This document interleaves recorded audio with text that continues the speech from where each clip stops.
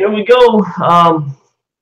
This is Shan from shansips.com doing our live interview with the infamous Uncle Phil, and just kind of going over some internet marketing stuff and hashing it out and finding out some information on how we got started, what kind of things he recommends to some of the newbies getting started, and all that good stuff. So what's going on? Not much, man. How you doing, Shan? Great. So, when did you actually start? What year did you start? How long have you been doing this? I mean, I know you've been doing this for a while, because I've been watching you, following you for a while. I started back in like 2014, around there, like the end of 2014. Okay. I want to say it's like around September, October, around there, like around the last quarter of 2014. You know, I was working at a desk job, and I just started seeing some videos about affiliate marketing, man. So did you come straight into affiliate marketing, or did you maybe venture off into something else first and then fall into it? Or a lot of people did that. Like for me, myself, I did e-com first. Oh, really? eBay and stuff, and then I fell into this. So did you go straight into internet marketing? So I got into it. Let's see, I'm trying to remember the exact. I saw a video about affiliate marketing. I remember it was from Vic Stry's house, and like that got me crazy. It was classic, dude. Like it had like nice cars, like a BMW and like a big nice house, and he's like counting money. Like I think like some of the information was really good. He was like pushing like one of his like traffic academies or something. But what's it called? It was just like classic, right? It had like kind of like cheesy music and everything. But then he started talking numbers and stuff, and like about getting conversions and all. I still didn't know what the heck any of this stuff was, right? But it was really cool to me. Like it piqued my interest, And what's it called? It definitely got me watching. Like I don't know, you're like me, you just like, man, what is this marketing stuff? My sister had told me about it before, but I didn't know anything about it, And I just kind of went crazy with it, man. I just started watching video after video, mostly affiliate marketing. And then one day I saw something about something called Instant Payday Network, which is kind of like an MLM kind of thing or whatever, or network market. I don't know what's it called. And I didn't know what I was doing, man. Like I started off with that, and I was like telling people at work about it and this and that. I didn't know anything, dude. I was spamming Facebook groups, man. So that's how I started off. I think a lot of people start off like that, though. They start off like when they go into affiliate marketing, they start off like being taught to spam. I think that's right. Something, right? So. Now, when you first started, how did people react when you started talking to them? Because I know when I first started talking to people about going online and working online, a lot of people like kind of negative about it.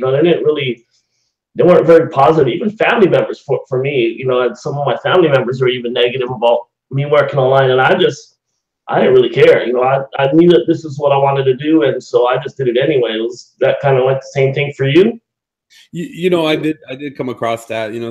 Actually, my sister she had already kind of told me about it a little bit, so she kind of was already doing it a bit herself, not like a lot, right? And she was more like into like providing services, like she knows how to like build websites and stuff like that. Me, I could do it, but I'm not that good at that techie kind of stuff. But what's it called? She did know about the marketing stuff, and but my family, I guess they were kind of indifferent about it. They could see that I kind of went crazy with it, What's it called? It's weird, man, how you get these obsessions and you don't know if they're going to stick around or it's going to be something that's temporary. Some stuff just goes away. Right. But I did find some friends, like, it was tough, man. Some friends, like close friends, they were like kind of laugh at it. They would laugh at it or kind of see it as like something that was like not legit or something like that. Right. Yeah.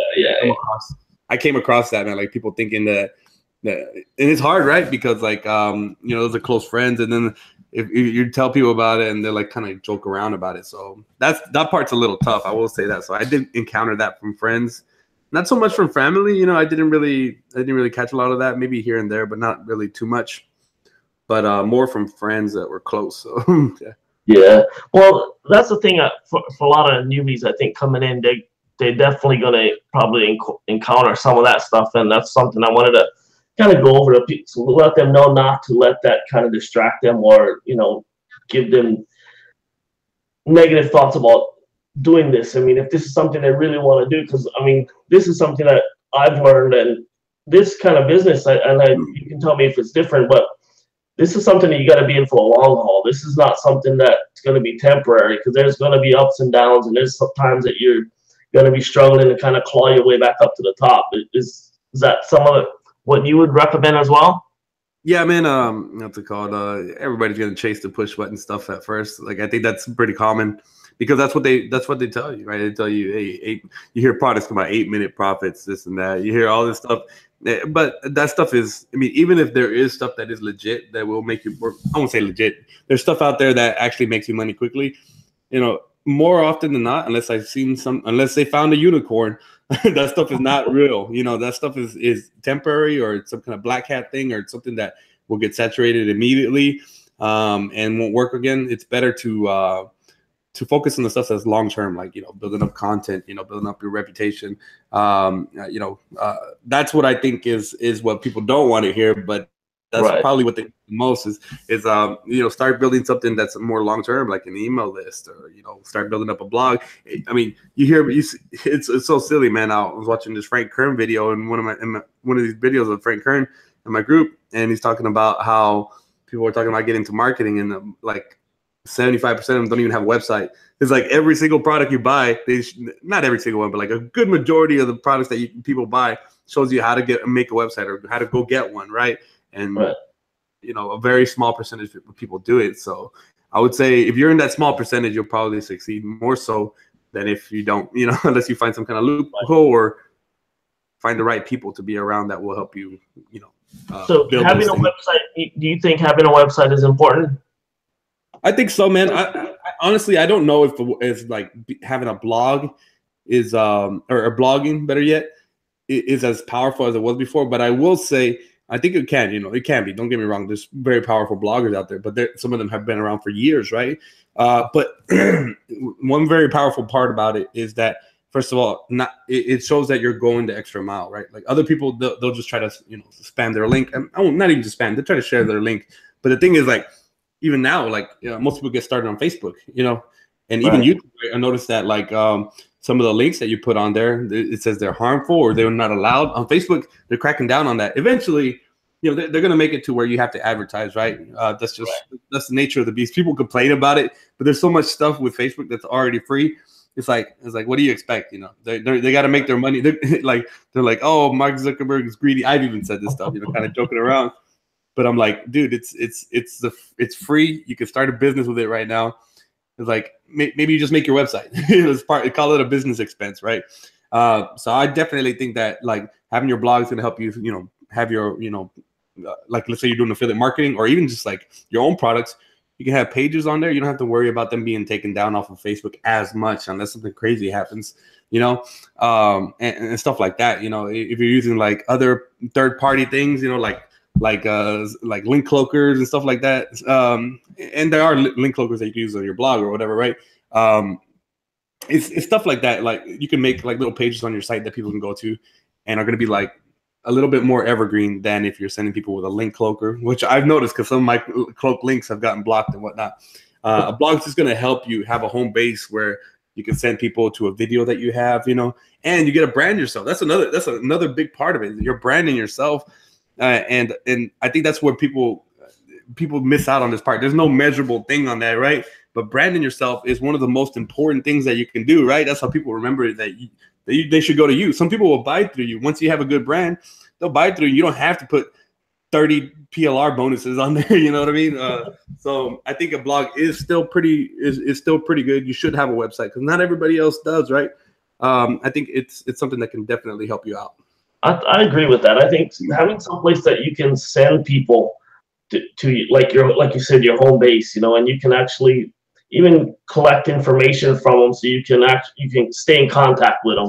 You know, that's definitely something I think that is important. But how long did it take you? I mean, because you seem to you're doing pretty good now from what it looks like. So how long did it take you to start seeing consistent revenue or income? How long did it take you from when you first started to when you felt comfortable that you're getting consistent income coming in?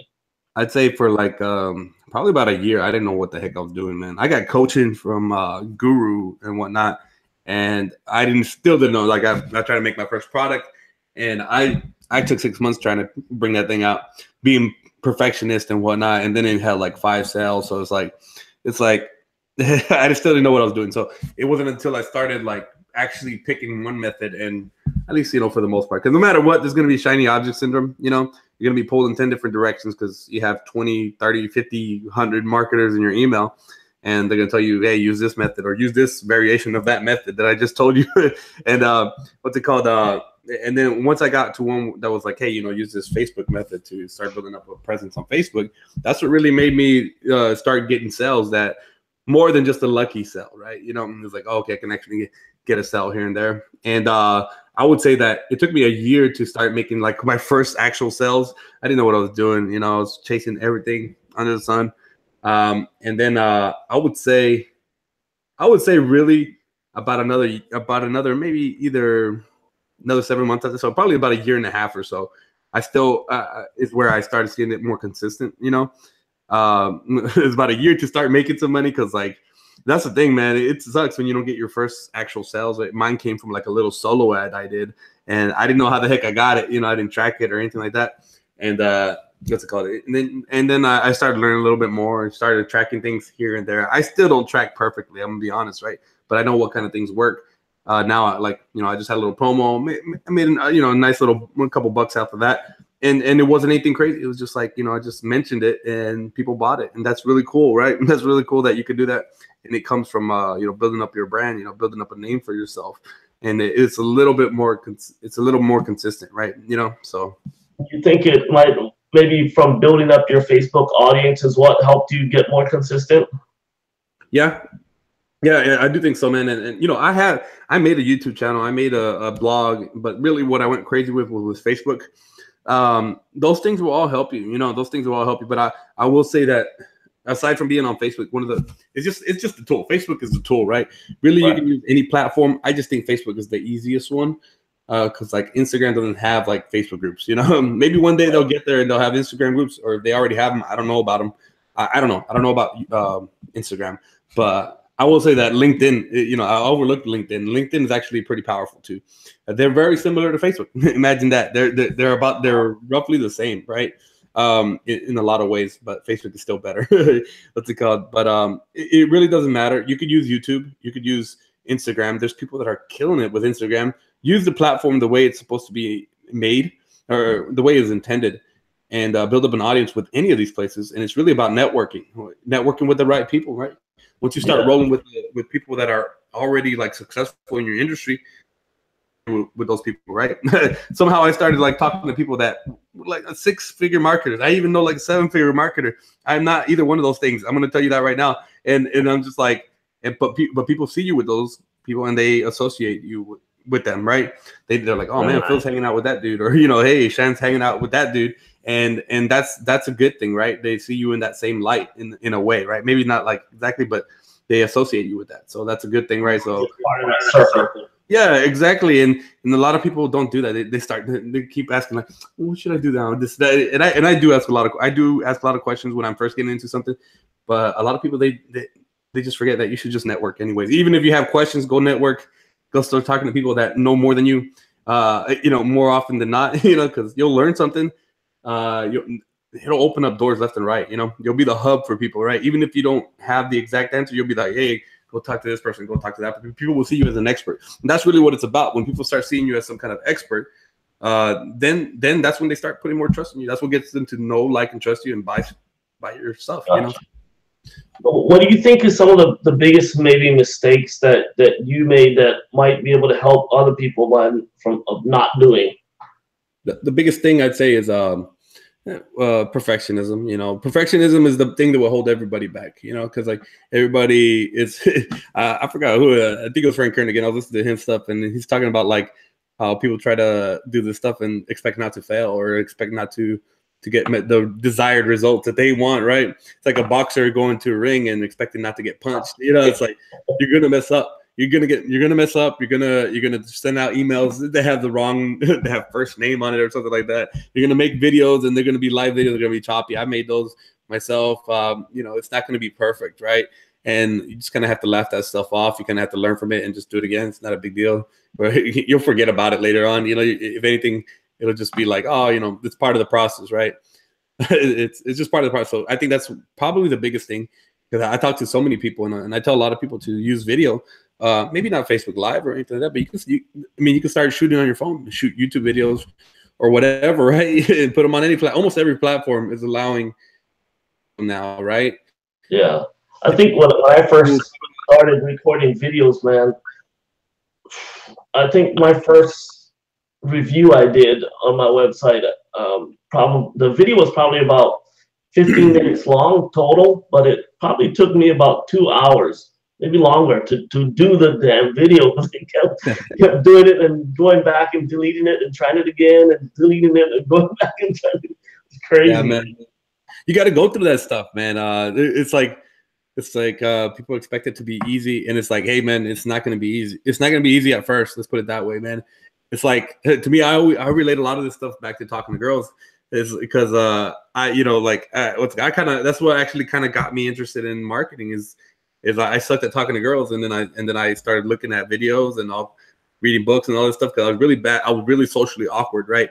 I didn't think I was like a troll or anything like that, but I was like, I would freeze up, like girls come up to me, like, and it's kind of the same like in marketing, right? You don't know what to say, and you're like making a video, and you're just like, you're like, oh, no, let's erase it. It's like when you're trying to text a girl and you erase the text after, like, it's like you're not smooth at first, right? That you're never smooth at first unless you're a natural. And the people that are out there that are naturals, man, forget those people, all right? They're lucky, all right?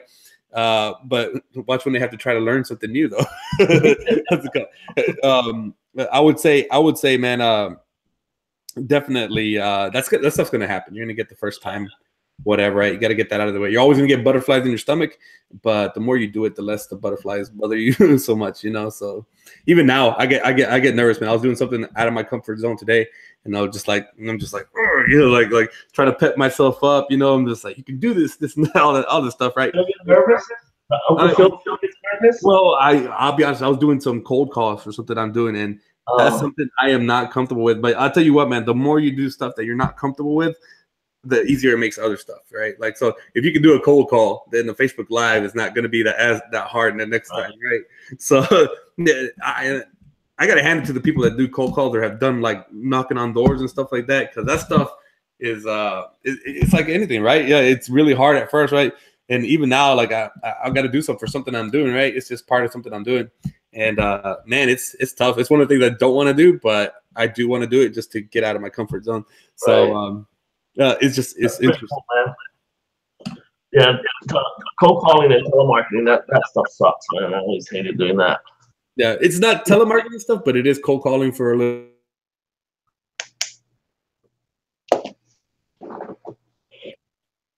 Did we lose you, Uncle Phil? A little bit, but it should be good. It does that with Google Hangouts sometimes. Okay, cool. Yeah, like every once in a while you're a little still, but I don't know what you're on my side either way.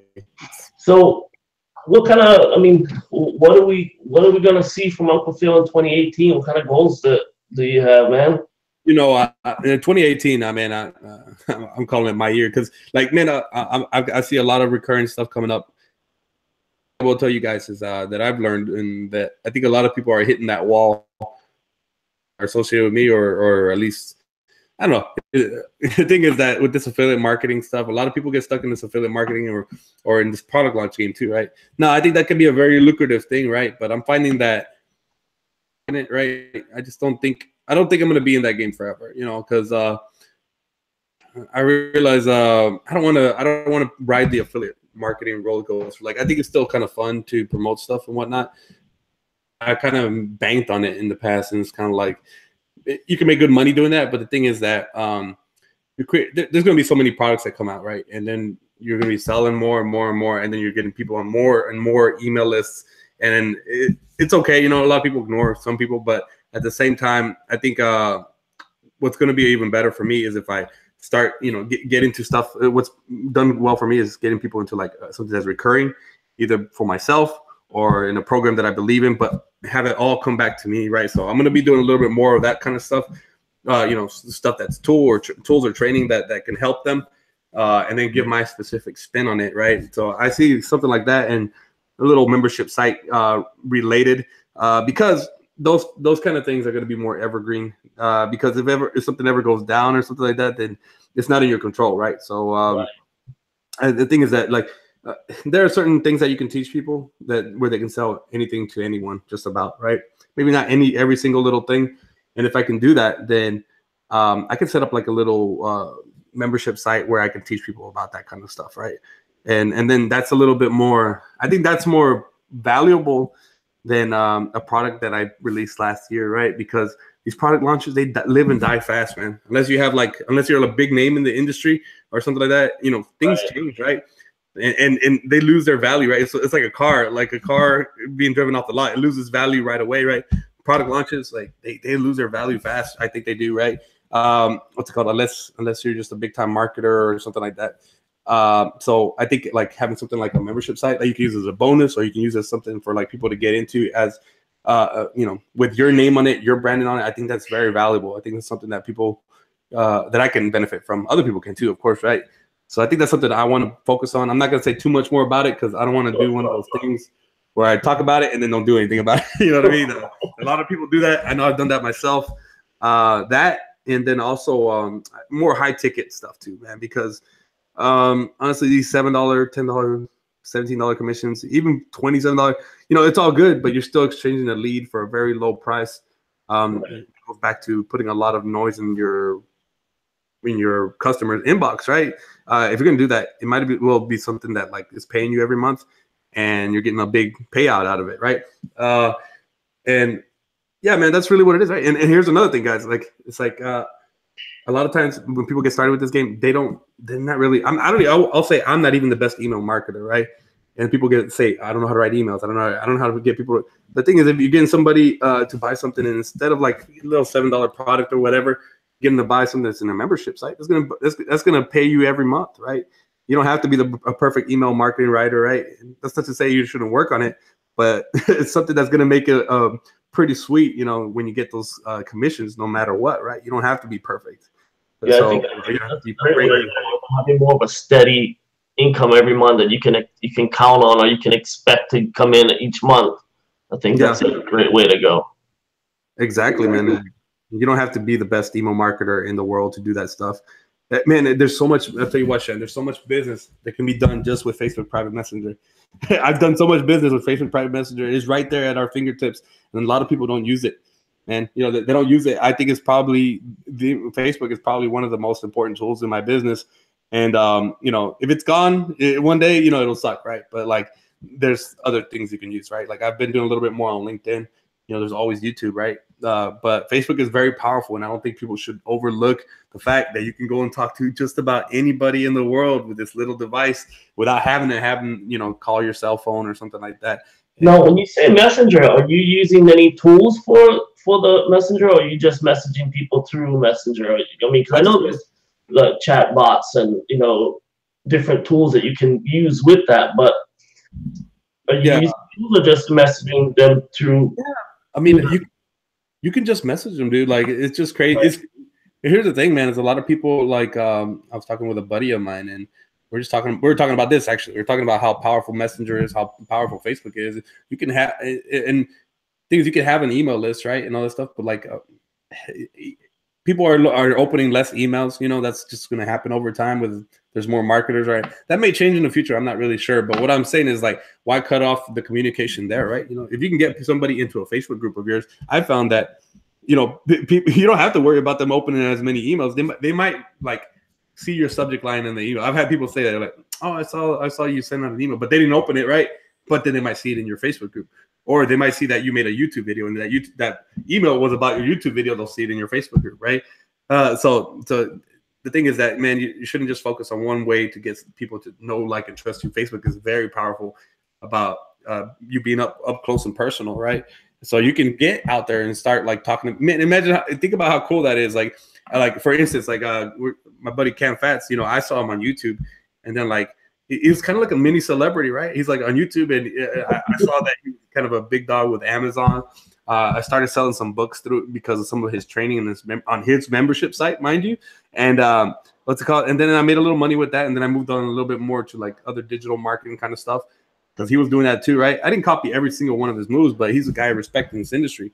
A lot of people do, and it's kind of like a mini celebrity, not like a buddy of mine. Like we private message each other all the time, you know. So yeah, that's awesome. I started following Cam just recently, probably in the last 2 months. I started following him, and he has a lot of good stuff that he comes out with, and of course, you know, his tips that he does every day that he comes out with. I really like those. I think he's definitely somebody to follow. I think that kind of leads into my next question is, out of the internet marketers online right now, who do you think, who do you feel would be important for these guys to start, or newbies even, to be following and looking out for so they can start learning from? Because I mean, as far as what I think is when you're looking to get into something, you know, you always look for the top guys and you try to follow them. You know, 'cause when I was always in the fitness industry before this, and when I started in the fitness industry, I was always a scrawny little guy getting in there. And you know, when I started wanting to work out, I always looked for the biggest guys in the gym, and that's what I went after. So my thought process is kind of the same thing with this. If you're gonna get into internet marketing, you want to get good at it, you might as well look for the best guys in the industry and try to follow them. So who would you recommend for these guys to follow?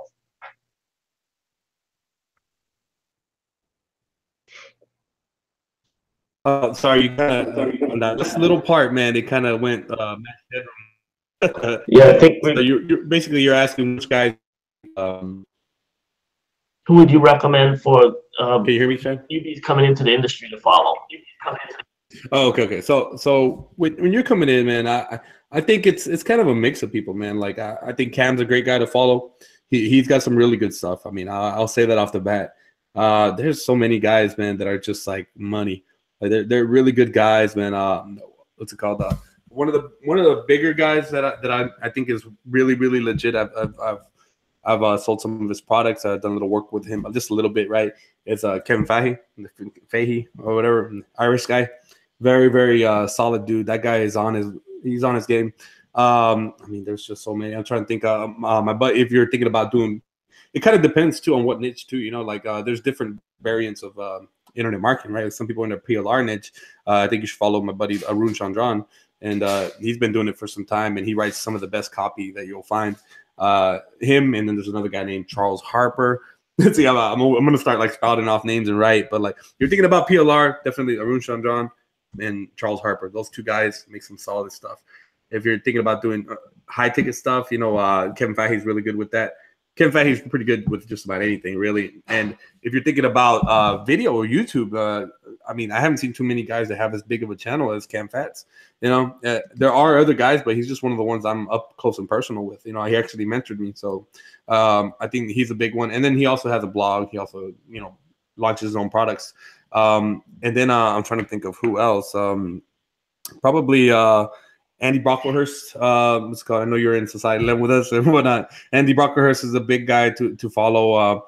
He's pretty awesome. He's pretty awesome. And I'd say the last one. Let's see. I'll mention one more. Let's see if I can get one more in there. I'll probably have to say. What's I got?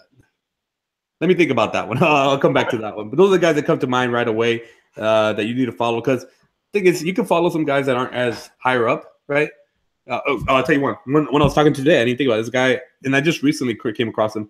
This guy's a baller, and he's kind of like pretty much taking his shirt off his back to help me out with something without really expecting anything in return. A guy named Craig Carone. I just came across him, and this guy's killing it. He's killing it, and he's doing a lot of stuff I'm doing, but he's doing it on crack. Like he's doing it.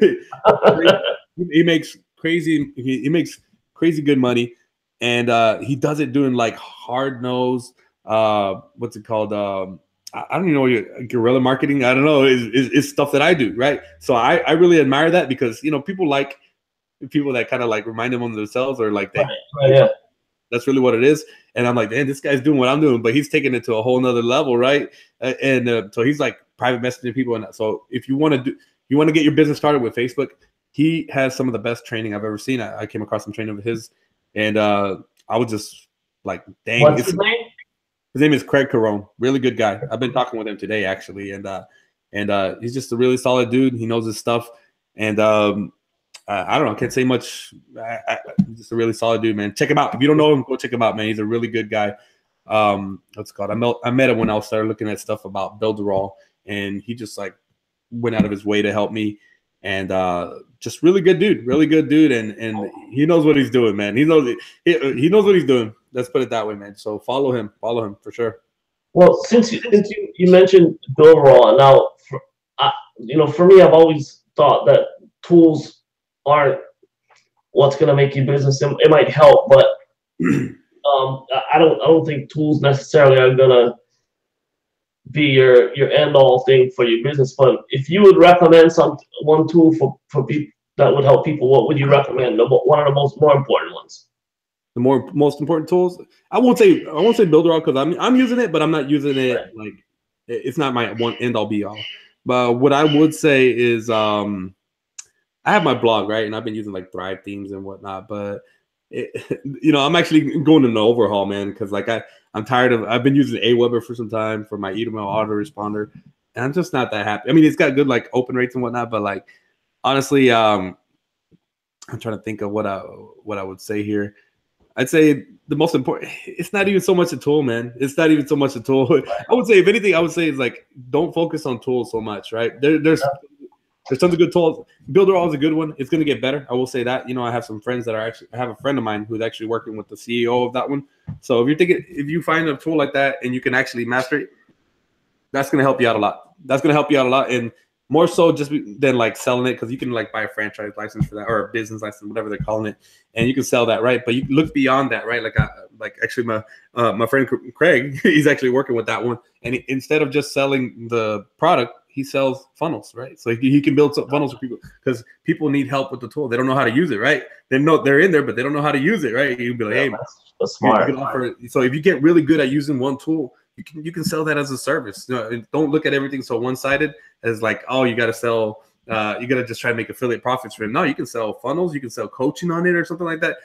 So that's something that I learned there. But I will say Builderall is a good one. If you have ClickFunnels, that's great. But I think it's too expensive for what it does. Right. What's it called? And then I would say just get a good hosting company. Get your blog up. What's it called? And if you have. I will say one tool that was pretty cool for me. I can't come up with one that I use like all the time, except for like my blog and the theme, I guess. I use HostGator and then I use Thrive themes, right? And then I have like 12 plugins, right? What's it called? I would say, just get a website, find some decent hosting. There's plenty of decent hosting. A lot of people knock HostGator, but I've had it for a couple of years now. It's fine. I think that's you nailed right on it. I mean, hosting is probably one of the most important things because you gotta. We talked about that earlier. You want to have a home base, and then an autoresponder. Whether it's Aweber or GetResponse or whichever one. I think those two, hosting for your website and an autoresponder, is probably the two most important things that you should have. I think.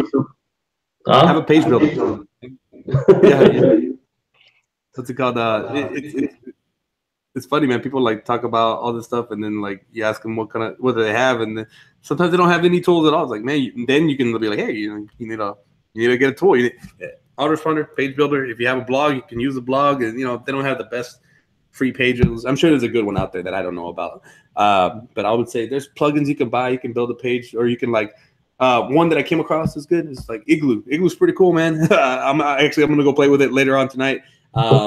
Because I'm gonna see how the membership site stuff works. I still don't have a full, inspection of it yet, but it looks pretty cool, right?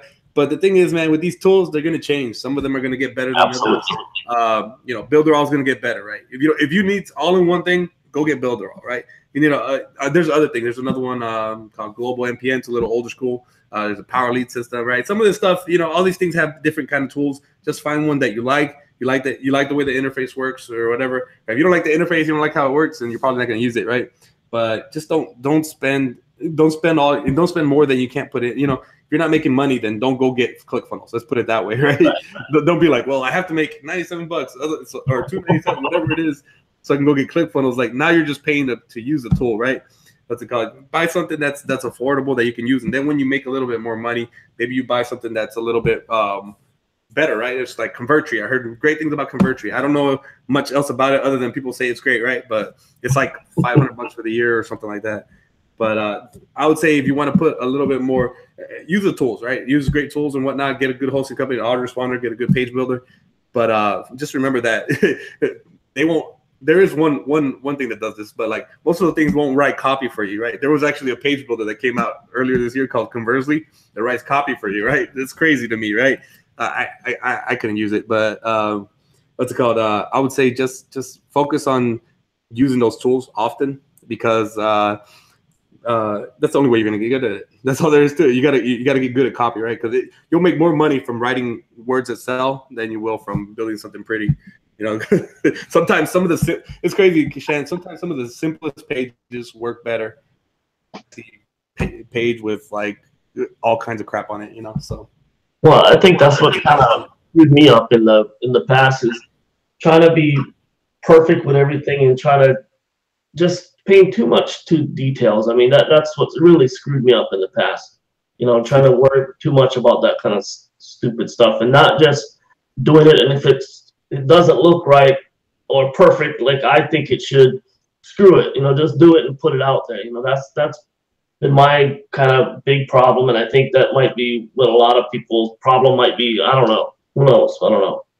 Yeah, I think a lot of people get stuck on like picking a theme for their website instead of just doing it. It's like you can change the theme later on. You know, it's like that's what they're like. Oh no, wait, it has to be like this and like that. And I get it. You know, so, some people are able to do that stuff and like, you know, and they're able to run something pristine, right?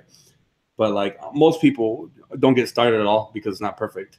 You know what I mean? And that's the problem. That's the problem. I've seen so many people just never ask, where's the blog at? You know, it's been 6 months. Where's the blog at? You know, it's like, dude, you should have a blog up. Go pay somebody to do it. I know. That's another thing you just mentioned. Pay somebody to do it if you can't do it. Yeah, exactly. If you really want to get it well done, put your money where your mouth is. You know, if you can't do it yourself, you know, get somebody to do it, man. But honestly, I would say if you're starting off, do it yourself, man. Get your hands dirty. Do it yourself.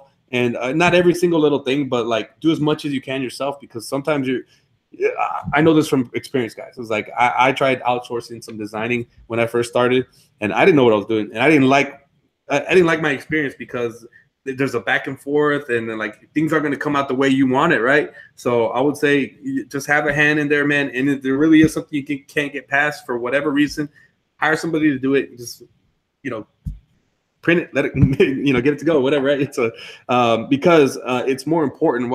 In my opinion, it's way more important to get the content out there because you can always make the site a little bit better, or you can always like optimize your squeeze pages or whatever, right?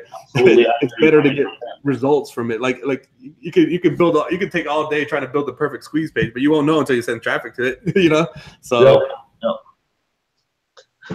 cool. Well, I think, you know, we've been going for about an hour. I think that's pretty good. I mean, I think that's a lot of value for a lot of people. Anything else you want to add? I'm trying to think. Let's see. I think for this year and in the years to come, I think people just need to work on branding. If you're not going to do anything, but if you're not going to focus on anything else right now, because more than likely everybody's being pulled in 20 different directions, and they're like, well, they get stuck on like, you know, climbing the mountain. They haven't even taken the next step. I would say just try finding a brand for yourself. You know, for instance, like I came up with my blog name, Niches Be Crazy. I used to be on a softball team. The name of the softball team was Pitches Be Crazy, like you know, throwing the ball, pitcher. And so I was like, oh, okay, that kind of fits. And it doesn't really fit because I'm not like into niche marketing or anything like that. But it's memorable. So if you're gonna come up with a brand name, make it something that's memorable, something easy to remember, something that's kind of funny if you're into that kind of stuff, or something that's related to your niche, maybe. What's it called? Because you can always use it like as a tagline or something like that, or you can use it as maybe this is something that I learned this year actually. It's like use like a hashtag, right? A hashtag or something like that. Then that's where you're really branding yourself and brand your stuff, right? Like you could have like a picture of yourself. Like I put a picture. I haven't done enough of this myself, but you know what I'm saying? Just pictures of your everyday life, and then just kind of put your logo on it, right? Put your logo on it and tell people about you, right? And I think a lot of people don't do that. They don't brand their own stuff, and this is what this is what the big dogs do. Gary Vee, you see, he's got his little signature Oh, and all of his pictures, and they're all pretty looking and all that stuff. And he brands the hell out of his stuff, right? And that's something that I think people can do from the get-go. Even if you don't know what you're doing yet, build a good brand. And think about this, guys. Some people can market like a very average product, right? like okay, so I've been talking about this lately. So like let's take ClickFunnels. ClickFunnels is probably is a good product, right? It's not, it might not even be the best product out there, but they brand the hell out of it, right? Russell Brunson's great about branding. He's got a great logo. He's got great webinars. He's got all this stuff. He knows how to market it, right?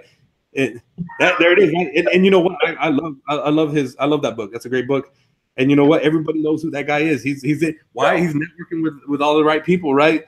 And you know, everybody knows his story. He's a wrestler and all this stuff, right? He's a marketing guru, right? He knows his stuff. And then I hear like people saying that ClickFunnels is like, it's okay. You know, it's like, it's okay, right? And that's the thing. I'm not saying that you should put a half-assed product out there. I'm just saying that you can have something that's good enough, and ClickFunnels is good enough. And, you know, some people will say it's a great product. Some people will say it's not good, whatever. It's good enough to be out there, and it's marketed really well because, like, everybody knows ClickFunnels, you know? Everybody knows. Whenever anybody says ClickFunnels, they know who owns that. They know ClickFunnels. They know of ClickFunnels and what it does. Yeah, they know that stuff. They know that stuff. And so I would say, you know, focus on your branding, make good products, focus on your branding to make people remember who the hell you are, because don't attach yourself just to one thing. Like if you're a network marketer, don't attach yourself just to the company, because that company, you know, might do something you don't agree with later on, then you leave, you can go somewhere else, right? But you can keep your brand, right? So if you brand yourself, you can go anywhere and you can sell anything, right? Just keep it in-house, right? Keep it yours, you know? So that's what I would recommend, you know? So cool.